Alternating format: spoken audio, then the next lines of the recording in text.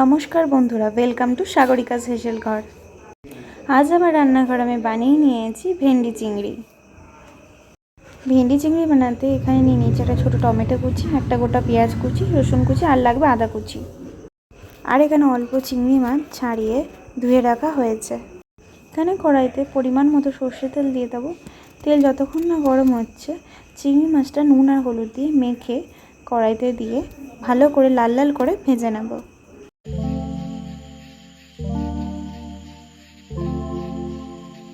এখানে আমাদের চিংড়ি মাছটা ভাজা হয়ে গেছে।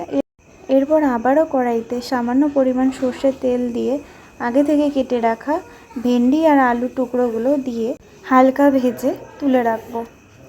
আর দেবো অল্প সামান্য মতো নুন আর হলুদ। আপনারা চাইলে নুন হলুদ মাখিয়েও ভাজতে পারেন।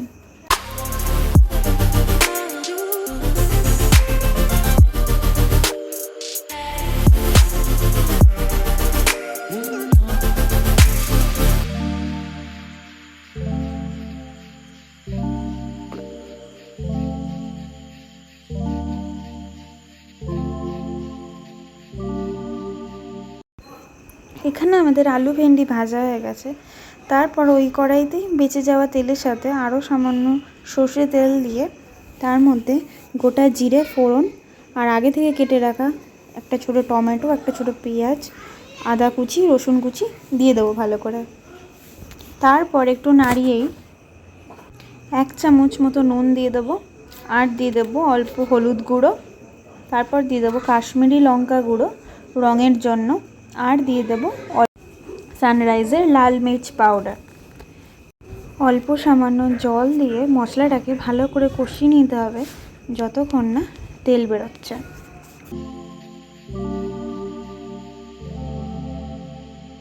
এখানে আমাদের মশলাটা কষা হয়ে গেছে, তেলও বেরিয়ে গেছে। এরপর আগে থেকে ভেজে তুলে রাখা ভেন্ডি চিংড়ি আর আলু দিয়ে দেবো, দিয়ে ভালো করে মাখিয়ে নেব।